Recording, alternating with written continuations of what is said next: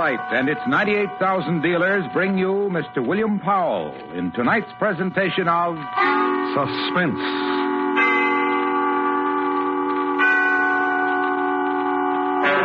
Tonight, a story based on fact.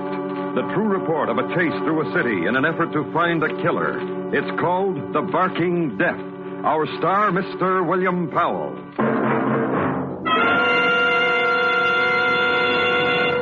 This is Harlow Wilcox. Say, could your church use as much as $50,000? Well, you can help your church, hospital, school, or any other recognized local or national charity share in a total of $100,000 by registering now in the Autolite Family Charity Drawing. A total of $100,000 in cash awards to the recognized charities selected by the 25 persons named in this drawing. Now, it is our privilege to have you hear what the head of one of America's finest organizations says about this great event. Here is Mr. William Ziegler, president of the American Foundation for the Blind. This unique and generous Autolite offer deserves your attention. And when it comes to picking your favorite charitable group, remember that the American Foundation for the Blind needs your help to help our sightless people of all ages. To enter the Autolite Family Charity Drawing, print your name and address on a registration form at any of these Autolite Family car showrooms. DeSoto, Hudson, Plymouth, Studebaker, Dodge, Willis, Nash, Packard, Kaiser, or Chrysler. There's no obligation. And now, Autolite presents The Barking Death, starring Mr. William Powell, hoping once again to keep you in suspense.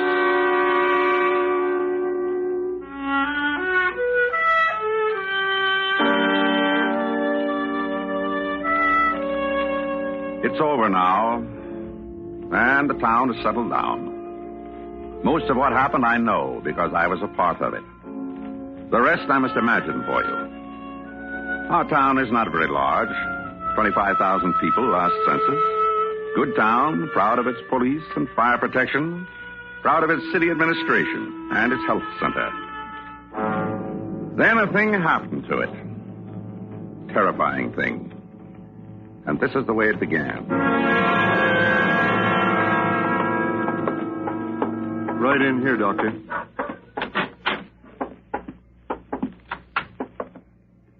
Massive bite. Here. Cheek. How long ago? 10 days ago. Medicated it himself. A few hours ago, his wife called me. She wouldn't speak to me when I came in, Doctor. Upset. Yeah.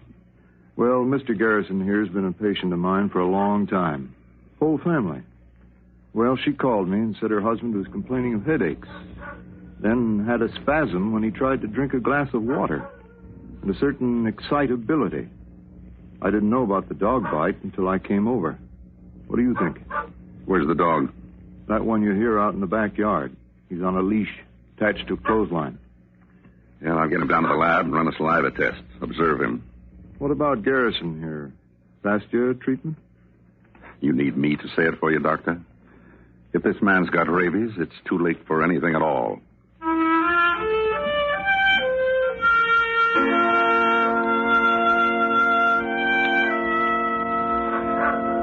The dog was a mongrel, mostly beagle, spotted black and white, both ears and its muzzle white.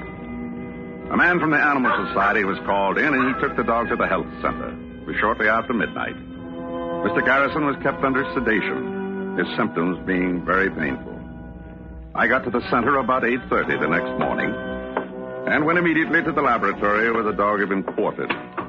Yeah, I got the list right here, Lieutenant. 3 microscopes. That's right, Lieutenant. 3 microscopes, binocular. Dissecting instruments, so must have taken a couple of fistfuls of them. I don't know exactly what, scalpels, probes. I guess that's about all. Hey, what's the matter? Oh, hi, Paul. Hold it a minute, Lieutenant. Dr. Miller just came in. Robbery here last night, Paul. Got 3 microscopes. Yes, I heard you. Must have picked the lock. I found a piece of tin on the sidewalk when I came in. Well, you finish up with the police, then you can tell me about it. Hello, Lieutenant. Yeah, you got that? Well, the way I figure, it couldn't have been just one man. Those microscopes are pretty heavy, so there must have been a couple of them. Oh, yeah, sure. I'll leave everything alone. Joe? Hold a minute, Lieutenant. Yeah, what, Paul? The dog. Huh? In that cage. The lock's been sprung in that cage. Did you... Why, I don't know anything about it. Now, give me that phone. Hello? Yes? This is Dr. Miller. Yes, sir? Something's important. Something... Dr. Kramers just gave me a list of things that were stolen. Listen, there was a dog here, a rabid dog, and he's gone. What? A dog, a black and white spotted mongrel. And chances are 1,000 to 1 he had rabies. And whoever stole those microscopes stole that dog. If that dog bites, well, rabies is 100% fatal. I guess you'd better let me have that description, Doc. Black and white spots. Mostly beagle, I think.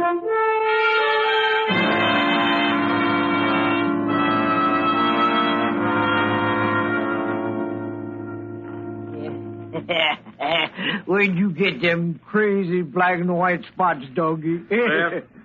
Doggy. Doggy? Pooch? It's more hamburger, doggy. Look at him. Look at him, Harry. Cliff. Nice doggy. What'd you take the dog for, Cliff? Pretty doggy. Merchandise ain't enough for you, Cliff. Microscopes, all that junk. You got to take that to I hound. like Pooches, Harry. Now leave me alone. I like Pooches. That dog's got to go. Oh. Got to go. Now listen. Out with that dog, Cliff. I ain't going to live in the same room with no animal. Now wait a minute, Now, Harry. you like the dog. Well, both of you, good day. Cliff's You and the pooch. Doggy. Doggy, you're not liked. Gotta lose you, doggy. Now. Poochie, little Poochie. We gotta go for a little walk, Poochie.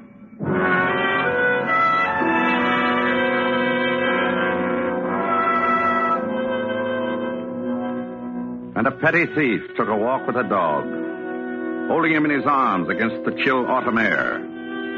Took a walk while the town alerted itself, made aware of a danger, had leaders and interested people who came together and were briefed.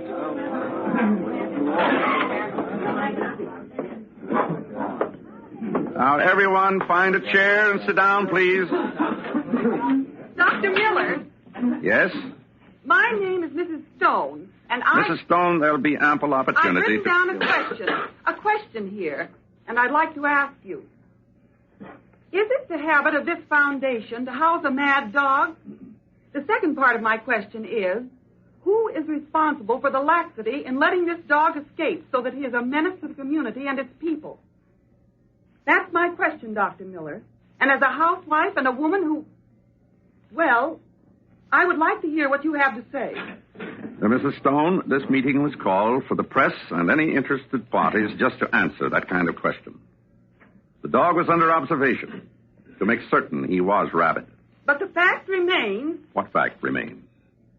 Somebody was incompetent. That's all I have to say. Dr. Miller, Mr. Collins, my paper is questioning your methods. what about? All this publicity. A newspaper man and you... The duty to the community. What about panic? What about it? Well, scaring people about an animal on the loose, an animal that might kill you, people from the health department ringing doorbells, police, people up in the hills with guns hunting for a dog, a spotted black and white dog. A little ridiculous, huh? Is it? That's the question I asked you, Doctor. Yes, you did. Dr. Kramers, Yes, Doctor? you ready with the film? All ready. Will one of you people switch off that light, please? Now, in this projector is just a few feet of film of a child suffering from rabies. I think all of you should see it. Okay, Doctor.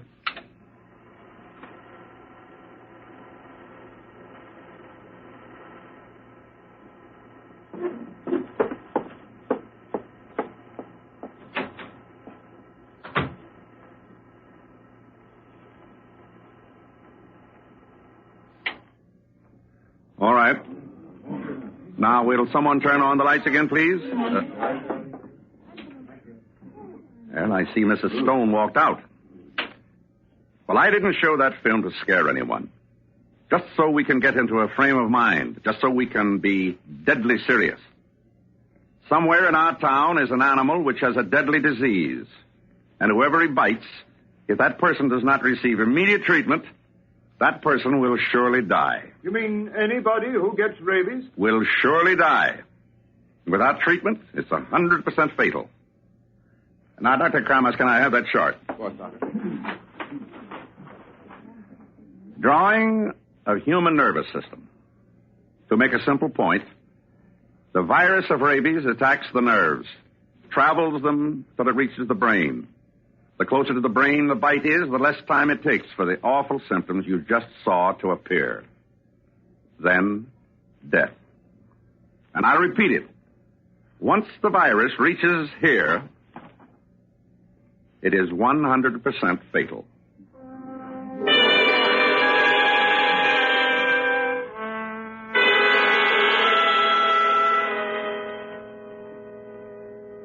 Want a doggy, Sonny? Huh? Pretty little doggy. You can have him. Honest? Just you be nice to him, that's all. My mother wouldn't let me have him. Oh, pretty little Poochie. Feel him. Feel him right back here between his floppy little ears. Could keep him in the garage, though, and not tell Mom. Now, just so you be good to him. That's my house right over there, and right in back's a garage, and nobody hardly goes in there. We use it for storage mostly, and Mommy wouldn't know I had Now, him. he likes meat and bones. I know about doggies. He needs something warm. Put a cushion down. Yes, sir. Well, handle him nice. What's his name? Pooch. Aw, what kind of name? Look, you want him or don't you want him? Come here, doggy. Come here, pretty doggy.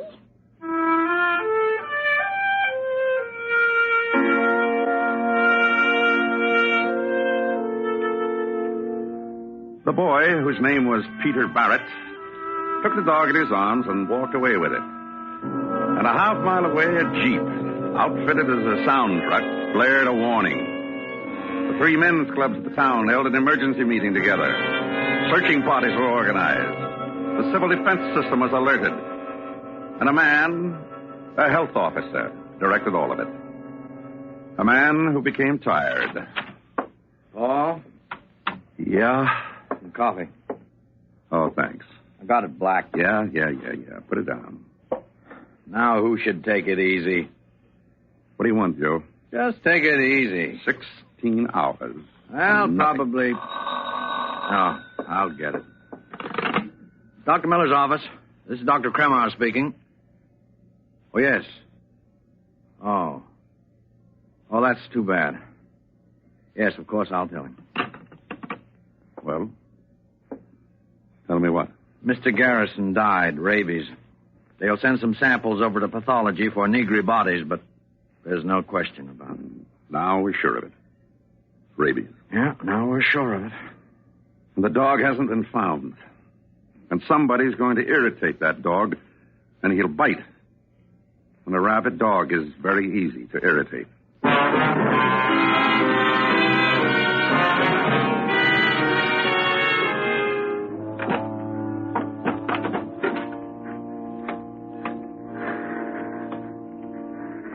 Hi, doggy. Hi, sweet doggy.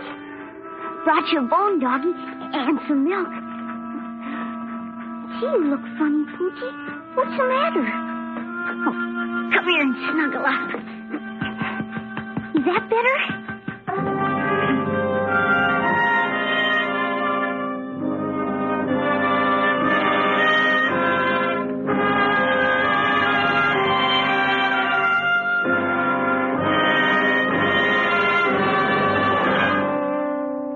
Autolite is bringing you Mr. William Powell in The Barking Death, tonight's presentation in radio's outstanding theater of thrills, Suspense.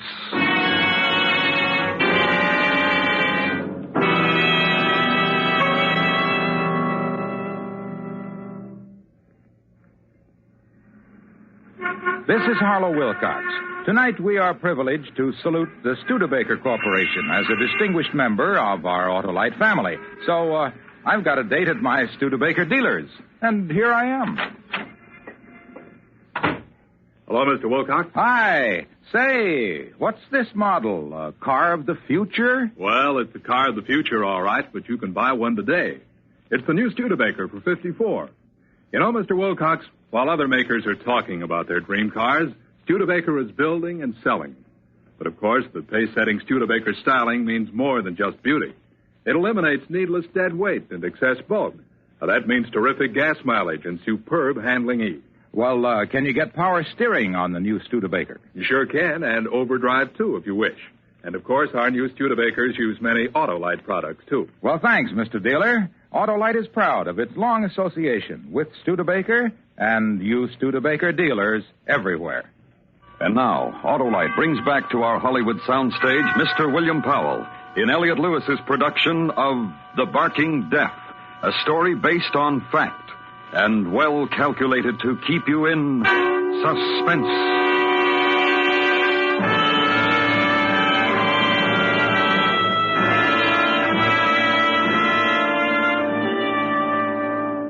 A child of the town nuzzling his cheek against death. Something he was hiding away. Child's secret. As every child has and is entitled to a secret. And in another place of the town, the place of test tubes and experiment and statistics, the town's health center. And my office. Hello. Yes? Dr. Miller? Yes, what can I do for you? I'm Mrs. Roki. You sit down. All those advertisements about a dog. Yes? On the radio and the newspapers. Yes?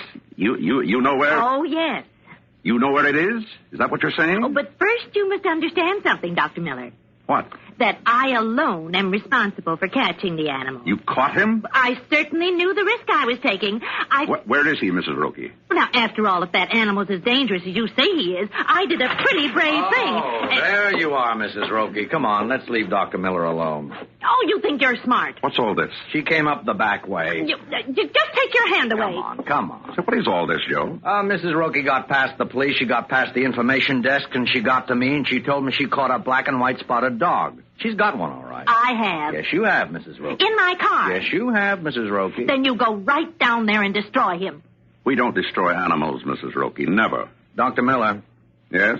Now, you listen here. I caught a mad dog, and She's got a little chihuahua down there, not the dog we're looking for. Mrs. Roki wants her picture in the paper, don't you, Mrs. Roki? You don't really know what's going on right now, do you? Now, come on, let's get out of here. Oh, all that bother about a dog.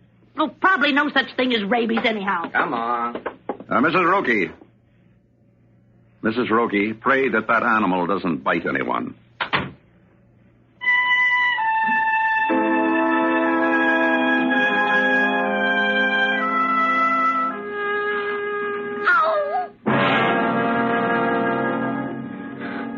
What'd you do that for? Why did you bite me? Why did you bite my arm for, Poochie?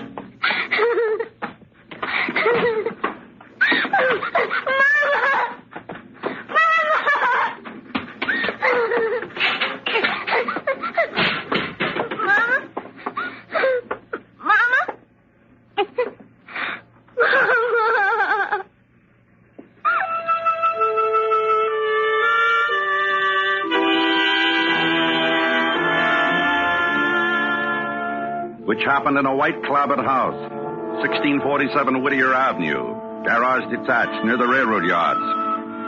And down Main Street, close to its east end, where there's more grass, the group of municipal buildings. The office of the Lieutenant of Police. From my point of view, Dr. Miller, police point of view. Now, which is that? What we seem to have forgotten. 2 microscopes were stolen and various instruments. The disposal of same. That's my point of view, Doctor. Procedure. You care to tell me about it? Yeah, we're looking for the wrong thing. What do you mean? It's easier to find microscopes than a dog. Anyhow, I told you, procedure, routine. We've questioned men with known records, alerted... Oh, excuse me. Lieutenant Stevens speaking. Oh, where? Well, good. Bring him down here. I said routine, Doctor, and you didn't seem impressed. Suitably so, Lieutenant. Listen, there's only one thing that could make me jump up on this desk and shout array and go through all the antics you... Oh, no, just take it easy. It's not a time to get cryptic, that's all. Oh, thanks, Sergeant. That'll be all. Sit down. What's your name? Wood. Harry Wood. Vagrancy. Started out like that, sir. Yeah, that's what the sergeant told me over the phone. He said you yelled you weren't a vagrant, and they took you home to find out. And they found a microscope. Then he's... I said routine, Doctor, and you didn't seem impressed. Spotting a vagrant is routine. Is it all right if I... Sure, go ahead. You stole the microscope from the health center, didn't you?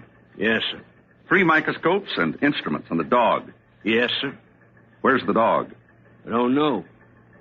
Now listen, you. What did you do with that dog? I said I didn't know. Cliff took the dog.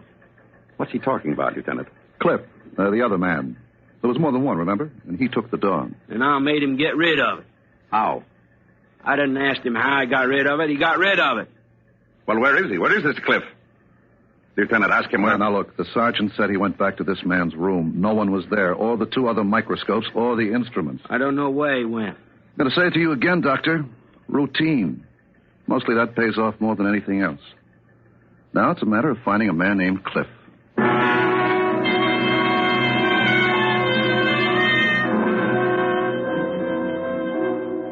And 12 blocks away, across Main Street and down 2 blocks, there was a store. And there was a man in the store he had owned for the last 20 years. Smallish man, nothing extraordinary. Citizen of the town. About to become a hero. Yes, sir? Pawn it. Listen to microscopes. Yes, I see. How much? 2 microscopes. I'm throwing over my entire practice and getting rid of everything. And I'll tell you something. Oh? Give me a good price on these 2, and I got another one. Doctor. Huh? I said, doctor. Oh, yeah. Yeah?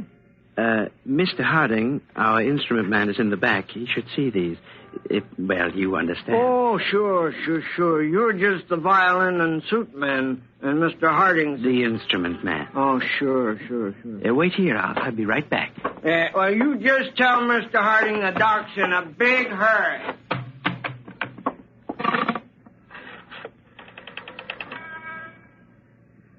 Quickly, the police. Hello? This is Carl Roberts on 3rd Street, pawn shop. A man just came in, a little bit drunk, came in with 2 binocular microscopes, both of them Bosch and Lohm. Says he has another one, claims he's a doctor, but... just a second. Serial number, G1135... Ain't no Mr. Harding. Told you the phone. Give me those. Now, sir. Get out of the way and give me those microscopes. You're a dirty little thief. That's what you are, breaking into the health center and stealing, and that's where these microscopes come from. Get out of my way. That animal you stole, that dog, the whole town is looking for. I said get out of my way. Oh, no, you do. Okay, you asked for it. Help.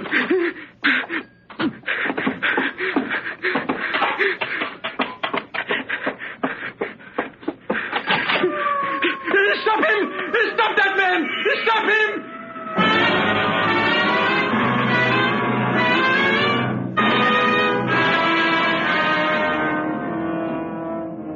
The man who owned the pawn shop had been in business for the last 20 years. A smallish man, nothing extraordinary, citizen of the town, who became a hero. Who caught a thief named Cliff Loomis. And Loomis confessed to his thefts. And a little later, I had a chance to speak with Loomis. About a dog. Look, I've been on it too. A dog with black and white spots and white muzzle. What do you want from me? You got your junk back? What's so important about a lousy dog? Look, the police have been to your room, and he's not there. I asked you a question. What's so important about a Did he bite you? You crazy. Did he? Bones he bit. Me, he wagged his tail for a very nice dog. I want to show you something. Huh? Here, look at them. Go on, take them, Cliff. Pictures? Go on. Go on.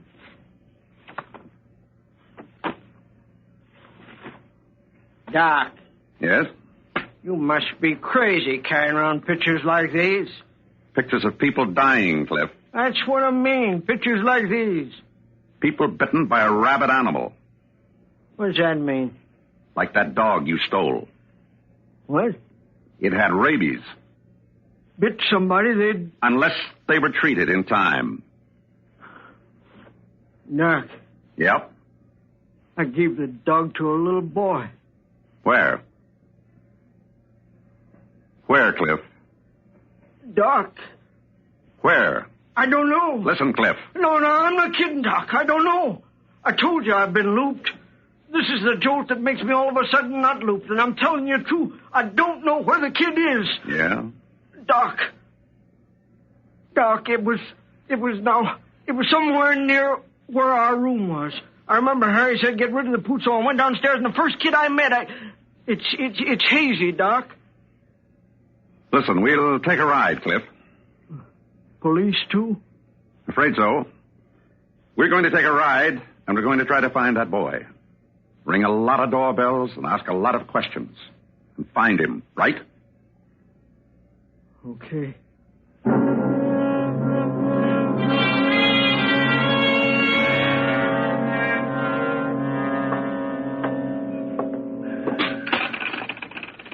I'm sorry, Tinker Doll. I didn't see you. I didn't mean to kick you. And now don't you cry. My mom isn't home, and I won't know what to do if you cry. I know.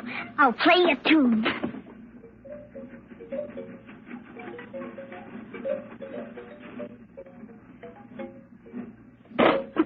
Better? I got hurt, too. Doesn't hurt so much anymore. Poochie didn't mean to bite me. Should we play records, Tinker Doll? All right. Diddle, diddle, dumpling, my son John went to bed with his stockings on.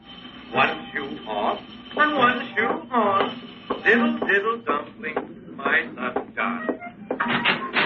Hello? Hello. My mother isn't home, mister. Why are you holding your arm like that? It hurts a little. Why? Poochie bit me.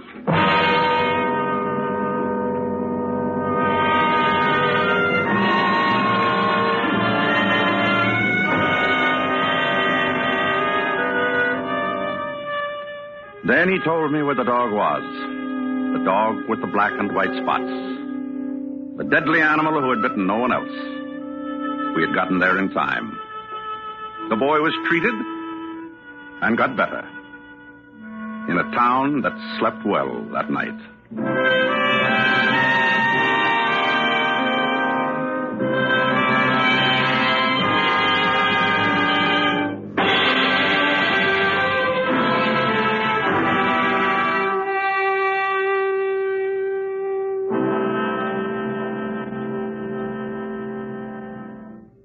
Suspense, presented by Autolite. Tonight's star, Mr. William Powell.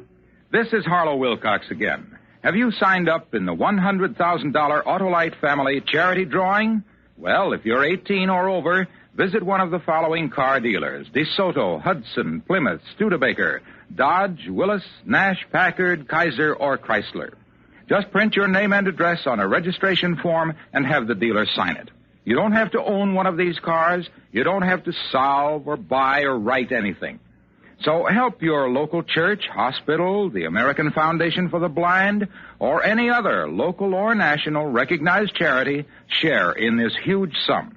Remember, if you are one of the top 25 names in this drawing, the recognized charity of your choice can receive a big part of $100,000.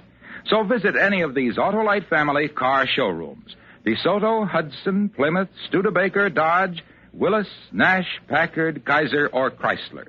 Make sure to sign up tomorrow.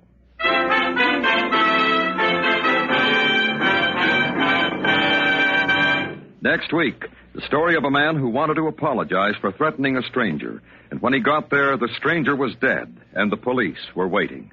It's called Circumstantial Terror. Our star, Mr. Ronald Reagan. That's next week on Suspense. Suspense is produced and directed by Elliot Lewis, with music composed by Lucian Morowick and conducted by Lud Gluskin. The Barking Deaf was written for Suspense by Morton Fine and David Friedkin.